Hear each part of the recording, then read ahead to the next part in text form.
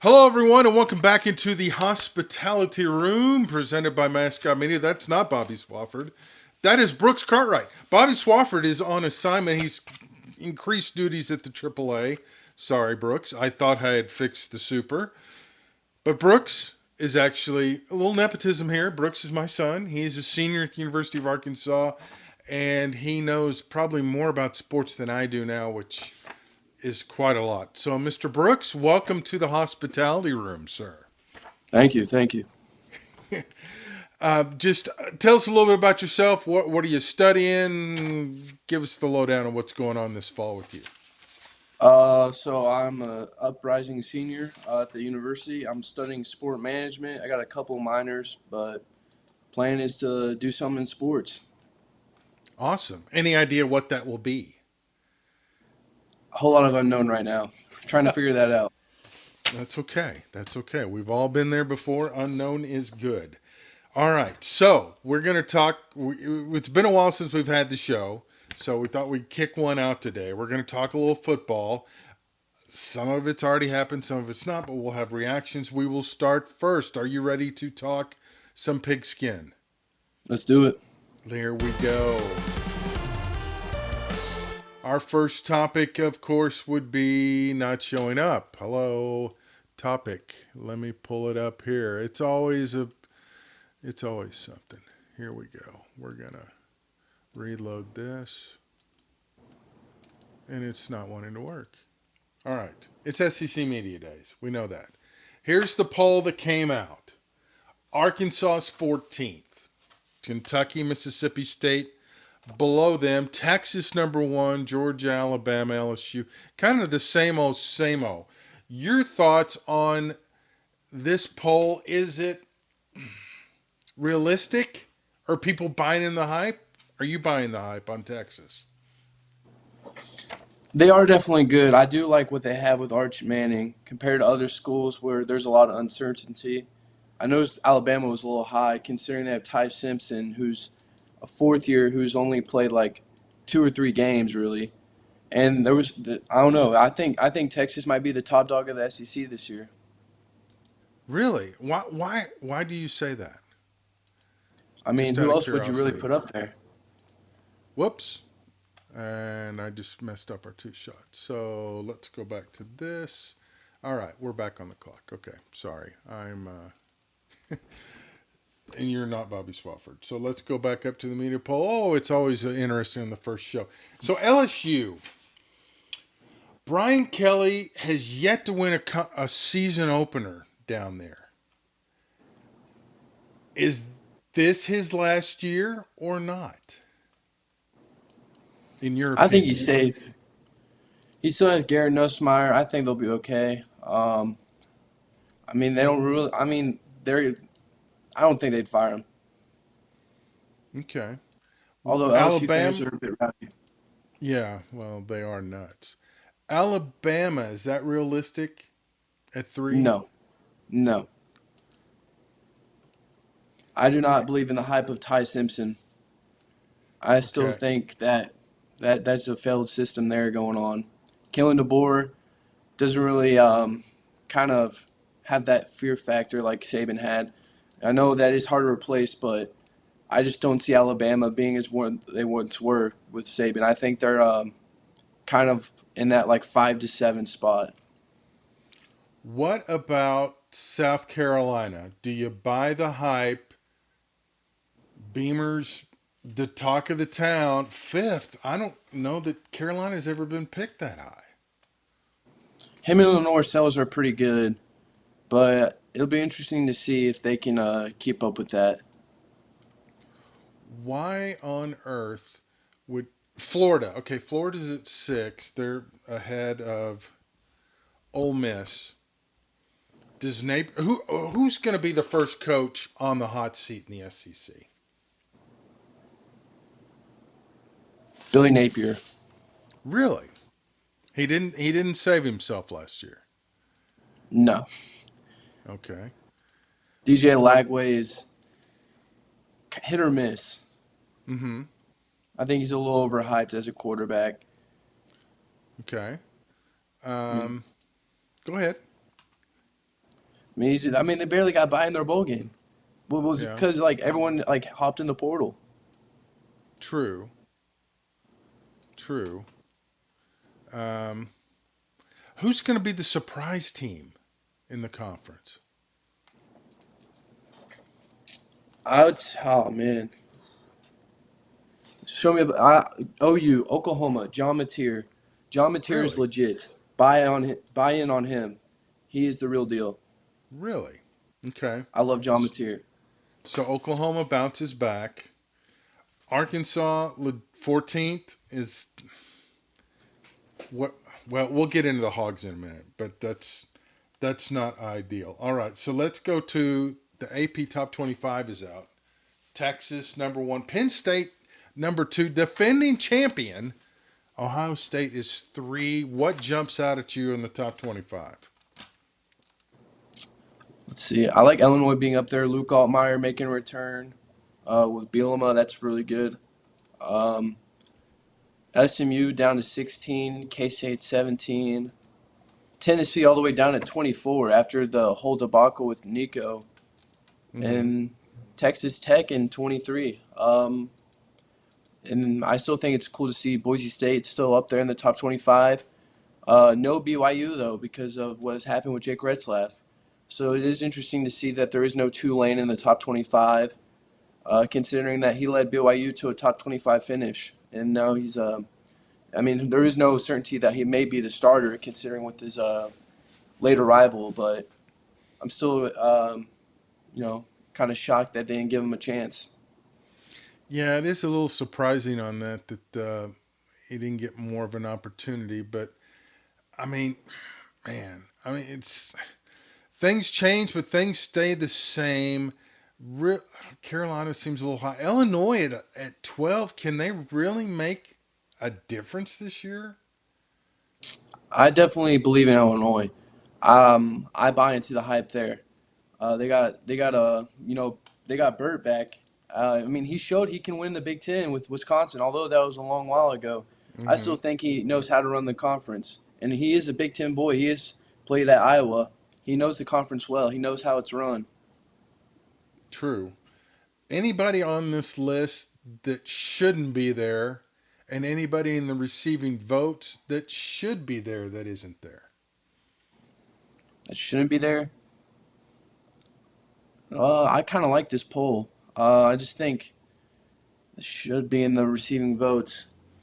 Honestly, I'm surprised I don't see Arkansas, considering that everyone's been talking about Taylor Green and how Bobby Petrino is able to make quarterbacks in their year two kind of take off. So, although it's a lot of people are doubting the Hogs, I still am surprised to see that they're not kind of somebody's not out there saying like, "Hey, I want to give them a vote in."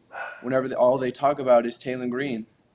Yeah, true. As you can hear in the background, Leo is obviously very big and bullish. Our dog on the Hogs. So let's talk Razorback football. Let's look at this schedule. Open up Alabama A&M, then the Arkansas State matchup that probably comes 20 years too late. Ole Miss, Memphis, Notre Dame. I mean, the chance to get off to a good start. What's the vibe on campus? You're on campus. You're down in Fayetteville. What are people excited? What's the mood? I don't know. I feel like from what I hear, people are excited, but their hopes are kind of very slim. Although there's some people thinking different things on certain people. I know people are definitely excited for Saturdays. That's all I can say about that. Mm-hmm. Oh, definitely. It will never, that part of it will never change. But as you look at this, I mean, the first four games before Notre Dame comes to town, what's a realistic start for Arkansas in this schedule? We beat Alabama A&M. I can tell you that for sure. Yeah. Although crazy things have happened, especially in and then with this game in Little Rock, we did lose to Yale Monroe in Little Rock with John L. Smith after a return with Tyler Wilson. Um, I think A State we should be able to take care of business. Although if you saw it, Butch Jones seemed to just be happy to be playing there, and then Sam Pittman was wanting it in Fayetteville. Ole Miss, that is circled with all of our current players who were here last year. I guarantee it, especially with Patrick Kutas, Luke Haas, Braylon Braxton transferring over there. Um, that might be the game where like that means a little something more to them. But I mean, it is in Oxford, so it's kind of like that'd be you got to have a lot of grit there. And Mm-hmm. then at Memphis, that's a catch-all. But then again, Memphis does not have Seth Hennigan anymore as their quarterback, and they're rolling in with a new guy. So I think, obviously ceiling is 4-0, but I think we can go 3-1. I feel pretty confident we can at least go 3-1 in that stretch. Okay, so you think that's realistic? All right, I like it. Notre Dame, is there buzz? Do people understand the draw of Notre Dame? Is there excitement for that game, or is it just kind of just another game and another Saturday? I don't know. Some people just kind of neglect it. I don't know. I haven't heard anyone talk about it yet. They just talk about we have football, and they're excited to watch football. A That's lot of these true. freshmen, they're just Texas fans.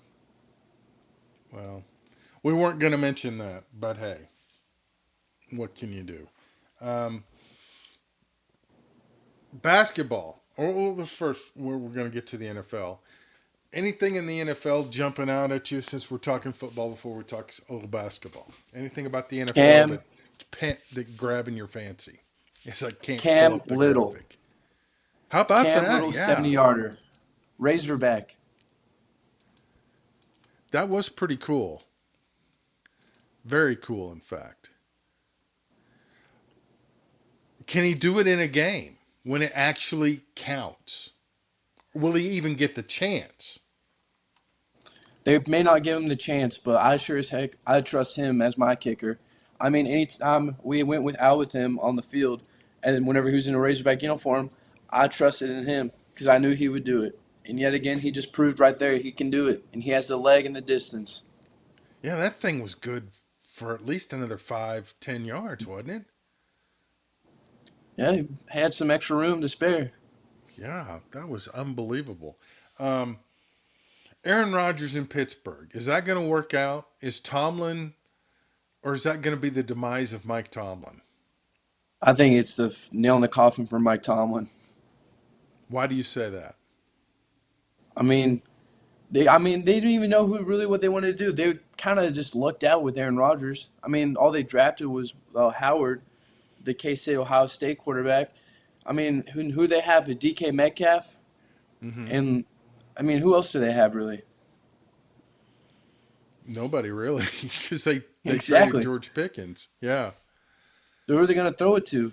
I mean, you can't throw it to DK every single play. they may have to though. Okay, the Chiefs getting a lot of hype. Obviously, oh, and the new flag is out, so you can take a gander at that.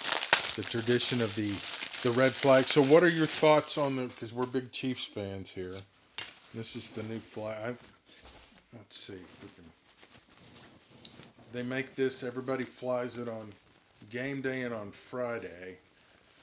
This is the flag for this year. I What do like you it. think? You like it? It's kind of That's a beautiful flag plain. right there. I mean, you could put AFC champions again on there somewhere, even though we got beat down in the Super Bowl. So, what's your expectations for the Chiefs? And are you going to watch this Kingdom documentary on ESPN that's coming out?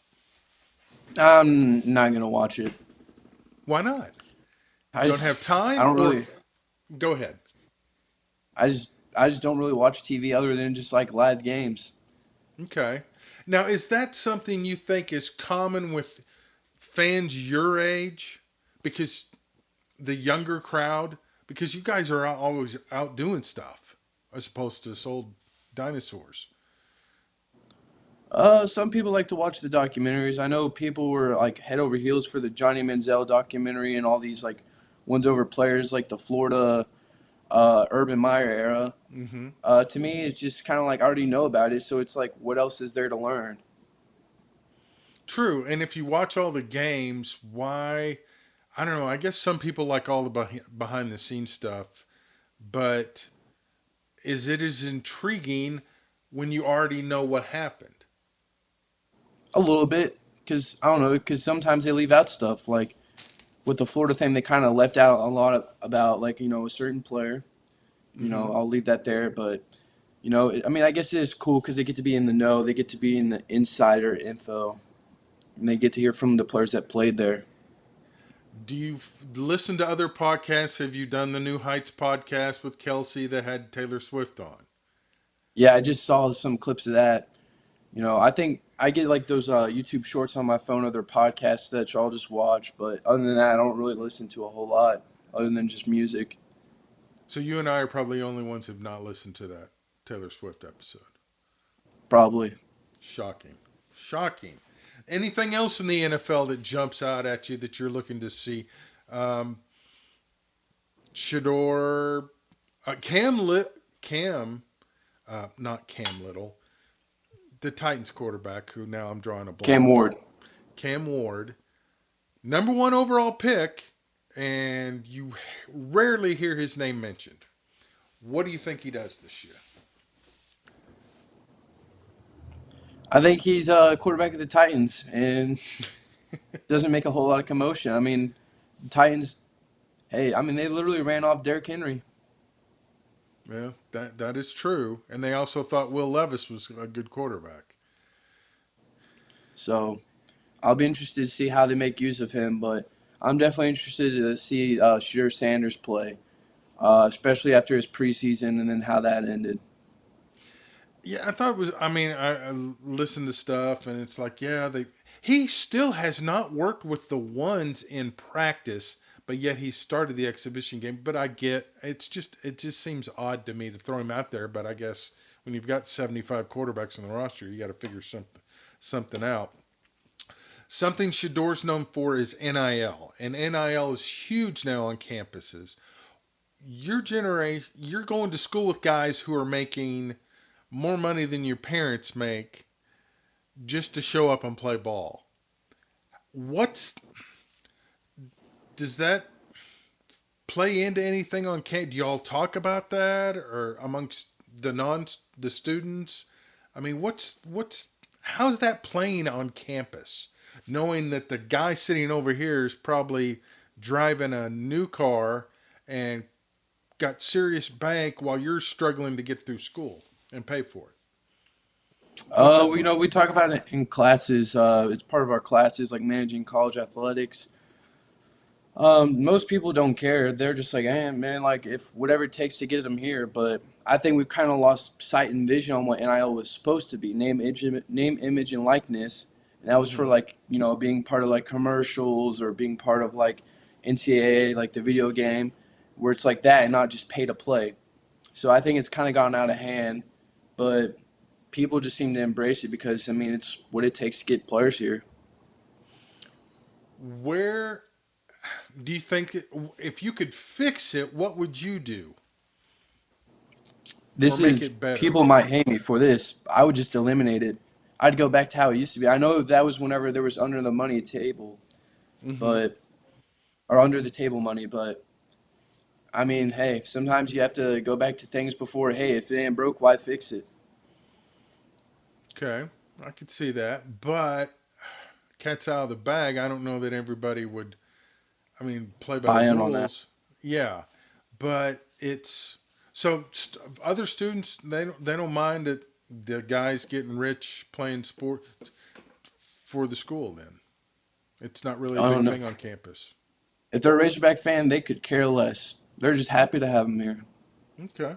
Interesting. Well, we don't hear that perspective often, so that's why I thought it would be good to bring that up. All right, we're gonna hit the mailbag now. You've Let's got check out mail.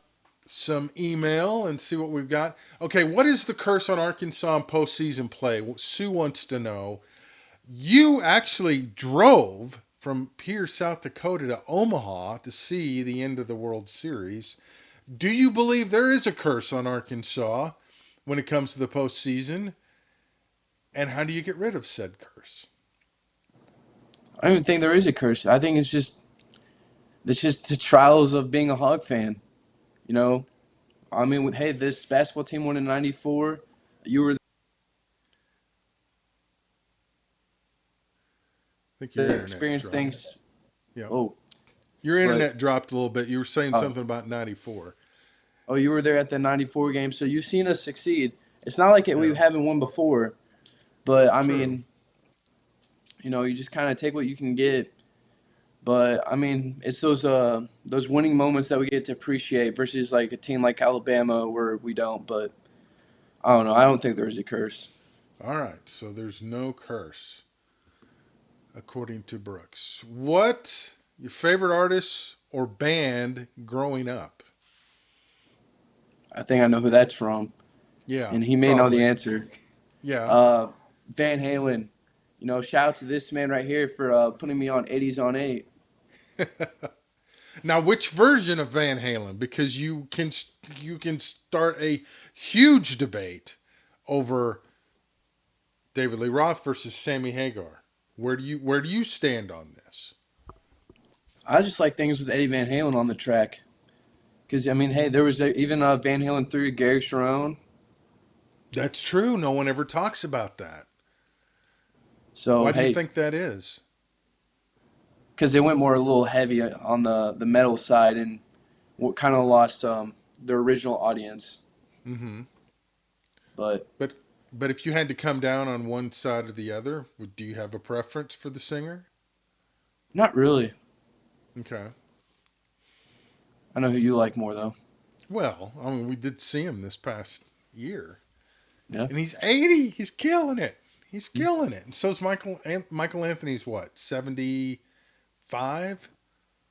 Yeah, 75 ish, somewhere around there. And they're probably going to go back out on tour again. I would assume that we would go see them again. That would be the plan, right? Most certainly. Yes. And it was excellent. I mean, it was a great show.